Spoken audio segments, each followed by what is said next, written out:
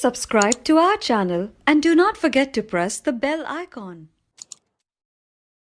دو لشکر آپس میں لڑ رہے ہیں ایک میدان، ایک جنگلی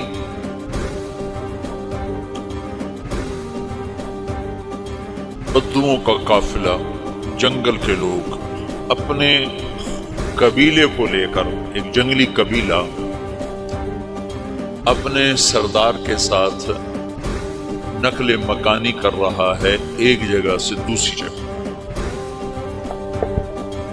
اللہ کا نظام کہ یہ لوگ چلتے چلتے چلتے اس وادی میں پہنچ گئے جہاں جنگ ہو رہی ہے، دو لشکر آپس میں لڑ رہے ہیں۔ جب یہ وہاں پہنچتے ہیں تو ایک لشکر کے قدم اکھڑ رہے ہیں اور دوسرا غالب آ رہا ہے۔ ان کو نہیں پتا شکست کھانے والے کون ہیں اور فتح پانے والے کون ہیں، ان کو نہیں پتا۔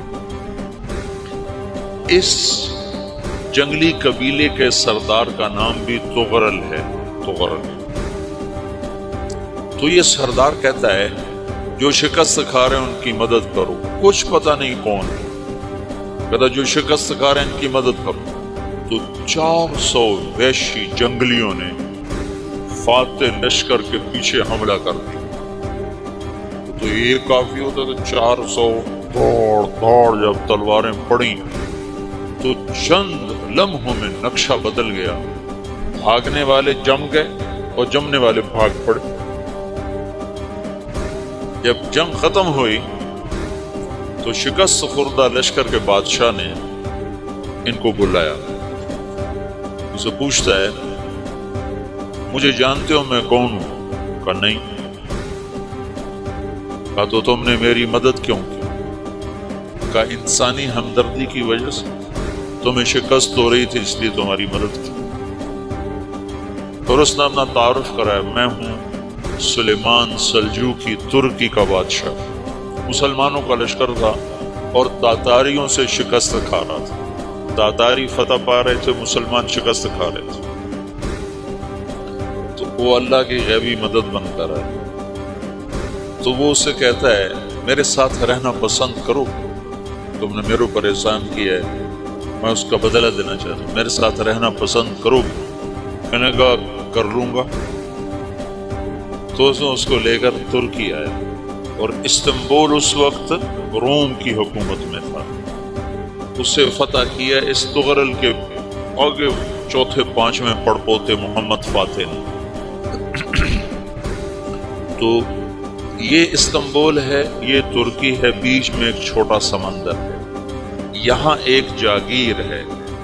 تو سلطان سلیمان کہتا ہے یہ جاگیر تجھے وقف ہے، ادھر سے رومی مجھے تنگ کرتے ہیں حملے کر کر کے، تو میرا دفاع کرتے رہنا، یہ جاگیر تیری۔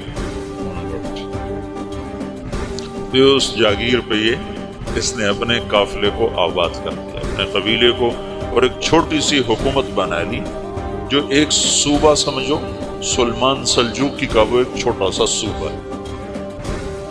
وہاں جب یہ رہ پڑا تو پھر یہ ایک شیخ کے بیت ہوتا ہے، وہاں شیخ کے طریقے میں ان کے یہ بیت ہونے جاتا ہے، وہ اس کو رات اپنے پاس ٹھہراتے ہیں۔ تو ایک کمرے میں ان کو ان کا خادم ٹھہراتا ہے۔ یہ جب کمرے میں جاتا ہے تو سامنے دیوار میں طاقچے پر قرآن پڑا ہوا ہے۔ تو یہ تغرل بے کہتا ہے یہ کیا ہے، یہ کیا ہے؟ تو وہ خادم کہتا ہے یہ کتاب اللہ ہے، قرآن ہے۔ وہ اس کو وہاں چھوڑ کے باہر چلا جاتا ہے۔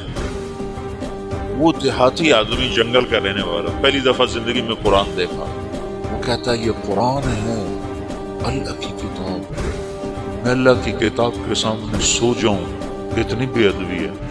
تو اس نے اسے قرآن اٹھایا اور سر پہ رکھ لیا اور کھڑا ہو، ساری رات قرآن سر پہ رکھ کے کھڑا رہا۔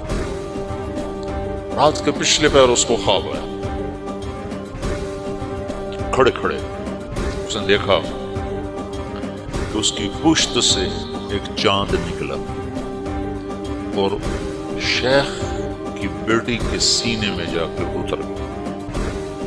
پھر اس لڑکی کے سینے سے ایک درخت نکلا جو پھیلتے پھیلتے پھیلتے 3 بر اعظم پہ چھا گیا، افریقہ پر، یورپ پر، ایشیا پر۔ پھر اس کی آنکھ کھل گئی، وہ کھڑا ہوا ہے تو اس نے صبح یہ خواب اپنے شیخ کو سنایا، تو انہوں نے اپنی بیٹی اس کے نکاح میں دی تھی۔ اس بیٹی سے ایک بچہ پیدا ہوا، تغرل بیگ نے اس کا نام رکھا عثمان، عثمانی ترک نام سنو، جو میں نے کل بتایا تھا کہ 1924 میں وہ خلافت ختم ہوئی۔ تو ایک بیٹا پیدا ہوا عثمان۔ عثمان نے پھر ایک نئی اسلامی حکومت کی بنیاد رکھی جو 1924 تک چلتی رہی، کوئی 800 سال یہ حکومت چلی۔ تو حکومت کا شیرازہ بکھرا لیکن پھر جڑ جاتا تھا، اور وہ قرن اول والا جوڑ کبھی نہ پیدا ہوا، ٹکڑے بن گئے۔ ان ٹکڑوں میں اللہ لوگ پیدا کرتا رہا جو دعوت دیتے